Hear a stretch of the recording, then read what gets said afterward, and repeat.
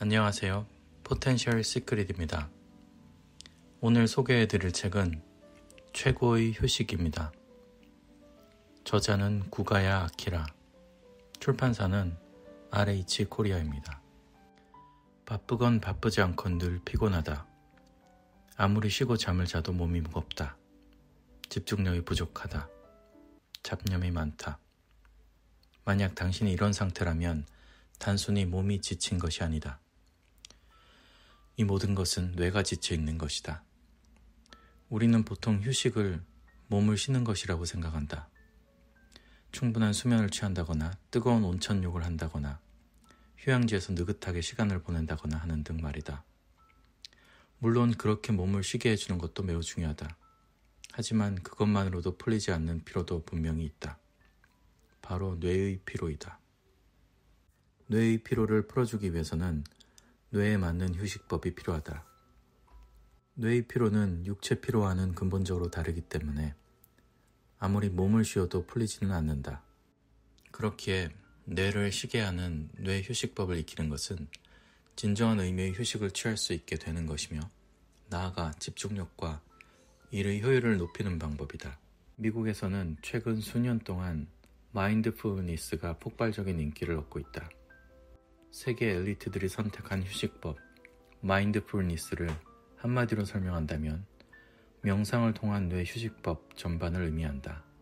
이 책에서는 최고의 휴식법인 마인드풀니스에 대해 소개한다.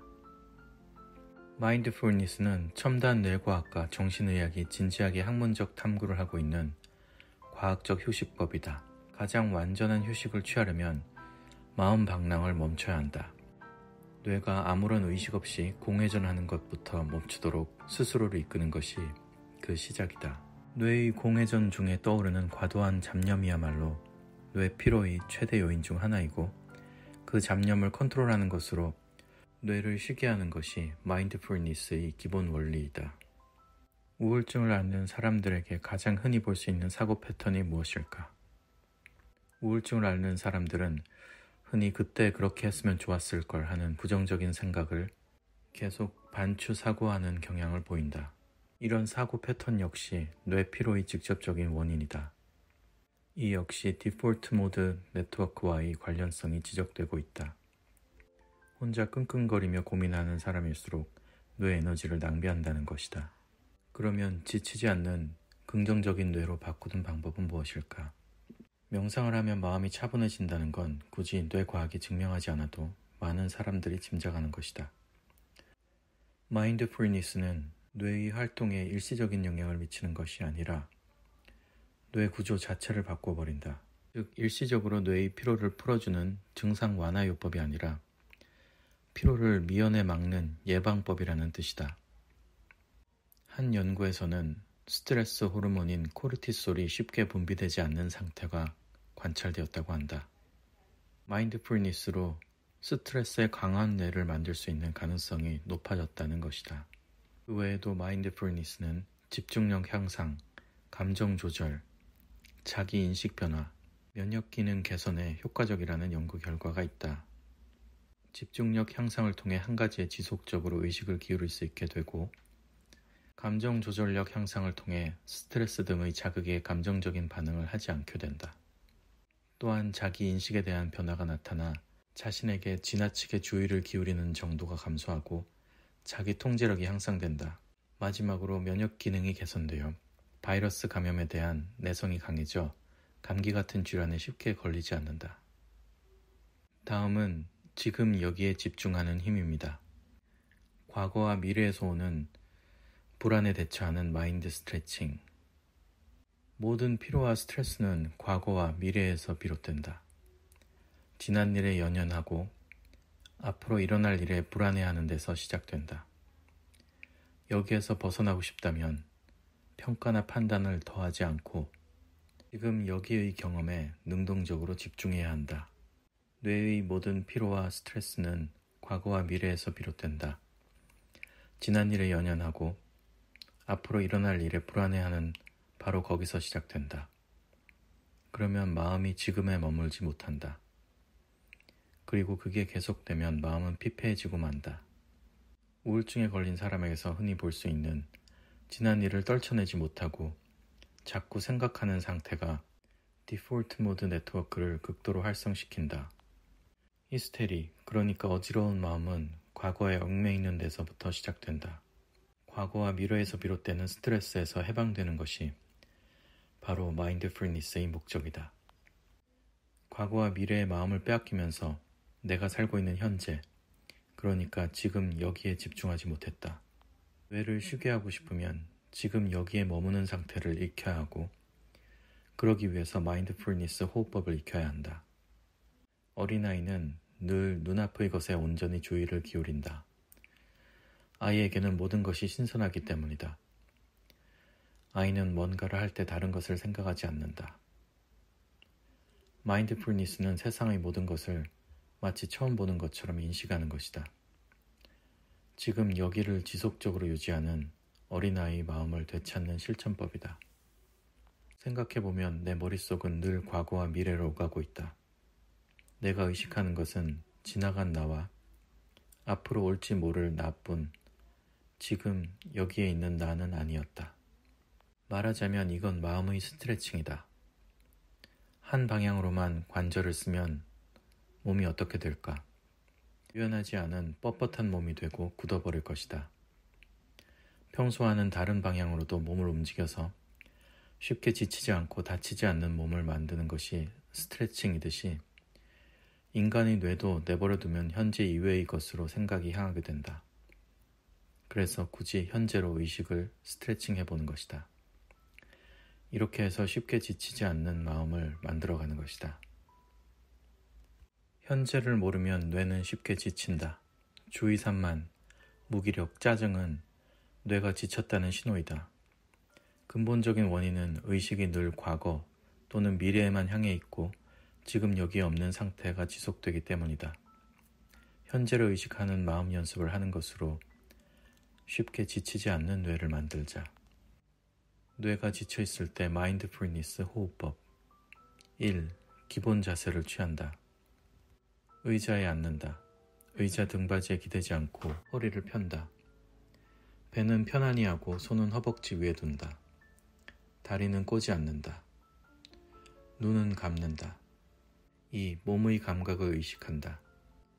발바닥과 마루, 엉덩이와 의자, 손과 허벅지가 서로 맞닿는 느낌을 의식한다. 몸이 지구에 당겨지는 중력의 감각을 의식한다. 3. 호흡을 의식한다. 코를 통과하는 공기, 들숨과 날숨에 따른 가슴 복부의 움직임, 호흡과 호흡의 틈, 각 호흡의 깊이, 온도 차이 등을 의식한다. 심호흡과 호흡 조절은 하지 않는다.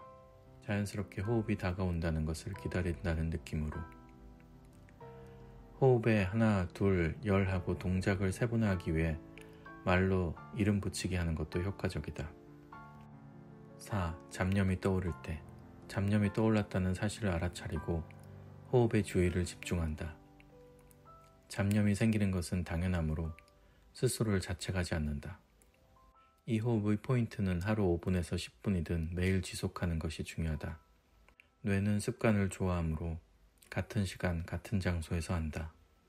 마인드풀니스를 제외하면 수면은 최고의 휴식이다. 수면은 성인 뇌의 대사산물을 씻어내는 디톡스 시간이다. 즉, 뇌의 피로물질을 씻어내는 시간이다. 숙면을 위한 조건은 아무리 강조해도 지나치지 않다. 취침 기상 시간을 일정하게 유지한다. 체내 시계 리듬을 뇌에 기억시킬 수 있다. 저녁 시간에는 카페인 등의 섭취를 피해야 한다. 교감신경이 활성화되면 잠이 오지 않기 때문이다. 고민은 뇌를 쉬지 못하게 하므로 고민이 있을 땐 다이어리에 적은 후에 잠자리에 눕는다. 아침에 일어나면 햇빛을 쬐면 수면, 각성 리듬을 만들기 쉽다. 적당한 운동은 적당한 피로를 유발하여 수면에 도움이 된다. 장시간의 낮잠을 잘 경우 밤에 수면 욕구가 감소하고 리듬이 깨지므로 장시간의 낮잠은 피한다. 잠자리에 들기 전 음식 섭취를 하지 않는다. 장내 소화 활동은 수면을 방해한다. 잠자리에 누워서 TV나 스마트폰을 보지 않는다. 뇌가 자는 장소가 아니라고 착각한다. 건강한 뇌를 만드는 5가지 습관. 1. 온오프 전환의식을 갖는다. 쉴 때는 특정 음악을 듣거나 샤워를 하는 등 온오프 전환의식을 가진다. 뇌는 2가지를 동시에 할 수 없다. 일 모드와 휴식 모드를 명확히 해야 한다. 2. 자연을 접한다. 인간을 초월한 스케일의 자연을 접하는 것으로 일상과 일의 모드에서 벗어난다. 3. 아름다운 것들을 경험한다. 4.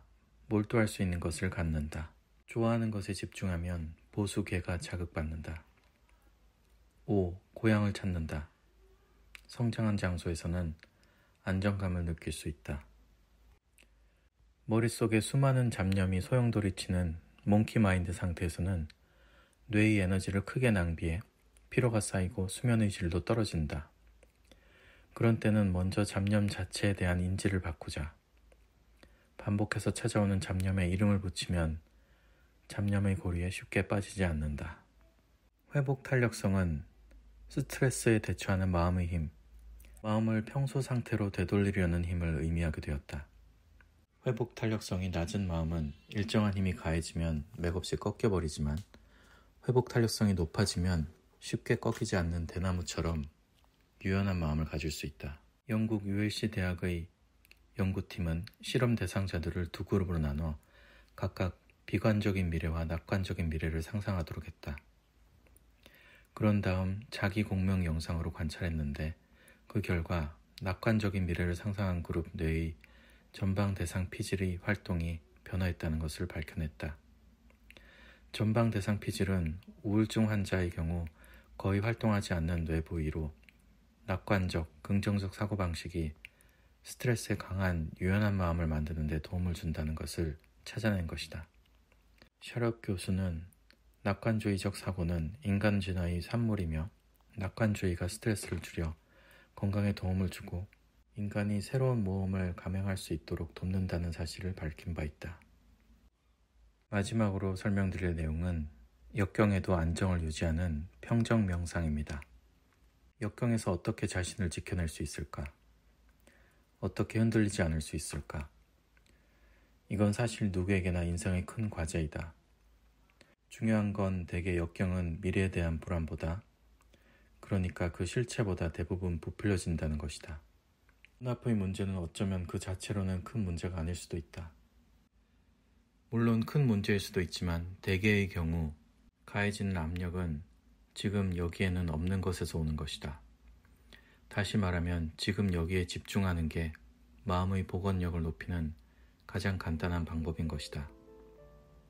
울트라 마라톤이라는 것이 있다. 일반 마라톤 경기 구간 이상을 달리는 스포츠이다. 이런 가혹한 경기에 도전하는 선수들의 심리는 회복 탄력성의 본질과 통하는 부분이 있다. 지속성, 끝없는 호기심, 실패를 두려워하지 않는 마음, 대담함, 고통을 견디는 힘 등 다양한 특성이 있는데 한 가지 공통적인 건 눈앞의 한 걸음 한 걸음에 초점을 맞추는 힘이 있다는 것이다. 너무 거리가 길어서 고통스러운 경기에 지쳐 쓰러지지 않고 마지막까지 완주하기 위해서는 일부러 먼 곳을 보지 않고 지금 여기에 초점을 맞추는 능력이 중요하다. 마인드풀니스는 그렇게 달리면서 쉬기 위한 최고의 방법이다. 지금 여기에 집중하여 마음의 회복력을 높인다. 미래를 불안해하며 고민하는 것은 어리석은 일일지도 모른다. 오히려 의미도 없이 나 자신을 지치게 할 뿐이다. 이대로는 안 된다는 것을 알았으니 대책을 강구하면 된다. 아무 행동도 시작하지 않은 채 일일이 걱정하고 고민할 필요는 없다. 지금 여기에 집중하여 마음의 회복력을 높인다. 이렇게 마음을 다잡아보자. 놀라질 정도로 마음이 한결 가벼워질 것이다.